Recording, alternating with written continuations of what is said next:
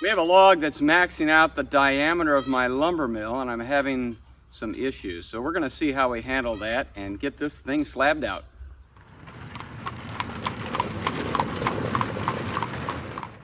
Well, it's an exciting day here at Redgate Farm. The large stack of wood that was sitting next to me is all gone. It is now cut and is drying nicely in stacks behind me. But the problem is the last 3 logs we have are hickory, the hardest wood that I mill here. And it's very tough for the blades to get through those. Secondly, those diameters are at the maximum capability of my lumber mill. So I have to do some trickery to get these things slabbed out. When a lumber mill gives you a maximum diameter log, that is based on a perfectly cylindrical log, a perfect circle on each ends and no taper, no knots either. But that's not the case with real logs. Real logs aren't perfectly circular. So I have a 28-inch max diameter log, and this actually meets that, but you can see these knots stick out in different directions. So what I do is I lay the log on there, and I'll roll the carriage down to make sure I have clearance all around. You can see this knot's going to be very, very close, but it will clear, but the blade is going to hit the top, okay? Now there's a couple options I have with that. I can actually take the blade off, put the carriage to that end, put the blade back on, and just shave that knot off with the saw, which is a lot easier than doing it with a chainsaw. But Danielle pointed out that I have some nice live edge here that I don't necessarily want to lose. So I think our option is to actually turn the log to see if we can get a better live edge profile out of this. But the one thing I have to concern myself is on the end here, on both ends, you have a center of the log. This is when the tree started growing years and years ago. I want those centers to be the exact same height on both ends, and that way I know that I'm cutting parallel to the heartwood. A lot of things to think about when you got a monster log on there like this. 3-step process here. First, we rotated it so we could get the optimum live edge profile that we're looking for, and we put this big trough on the left side to do so. Then I had to raise that edge 1 inch in order to get the heart of the wood equal on both ends. And the last thing I had to do is I had to remove the blade, roll the carriage back this way. That also gave me an idea whether I'm going to hit any of the sides, but I've got good clearance on the sides. So I'm going to go ahead and start shaving off the top. This is where the majority of the asymmetry of this log is, right here on the top. So once I do a couple shaves here, the other turns will be a lot easier to work with. So we'll see how it works.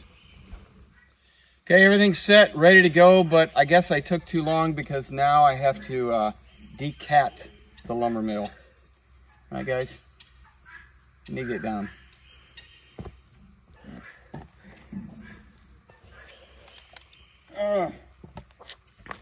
Anybody want a free cat?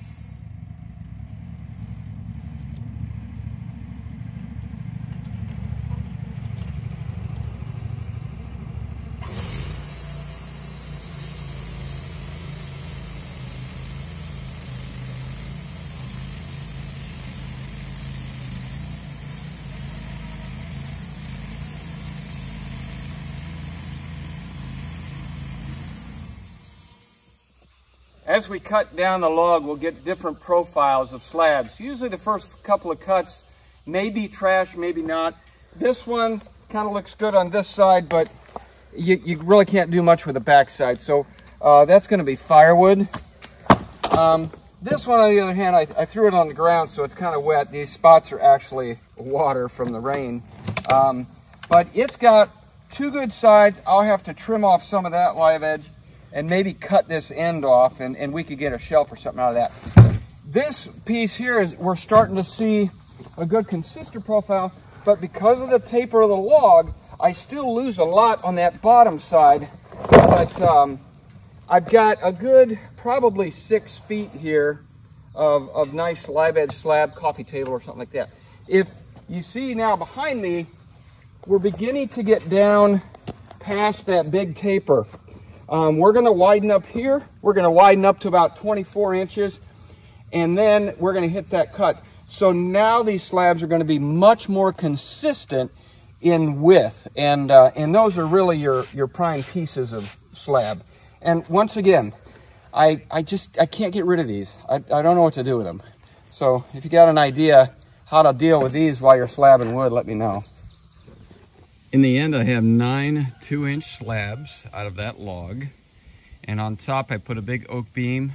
I'm going to cover it with a roofing panel and cargo strap it down so they're squeezed tight as they dry. Ran into a little bit of rot in some of it, but I should be able to salvage the majority of it. And now I'm ready to move on to this next big one right here. Well, I got all 3 logs milled, slabbed out, and stacked here. I've got a metal cover for that, and the cargo straps and the beam hold it all tight together so they dry in a very straight line. Some of you might wonder why we have a lot of cats in our videos lately. Well, unfortunately, an irresponsible person dumped a litter of cats on the side of the road not far from here, and we hated to see them starve. So we took them in, fed them, got them the health care they needed, and got 2 off to a rescue. And the other ones we kept here, got them fixed, and they will live out their life, guarding chickens and playing around outside like they should. Unfortunately, some people are irresponsible, and hopefully if you're out there, take care of your pets, get them spayed and neutered, and make sure you don't dump them on the side of the road. We'll see you next time.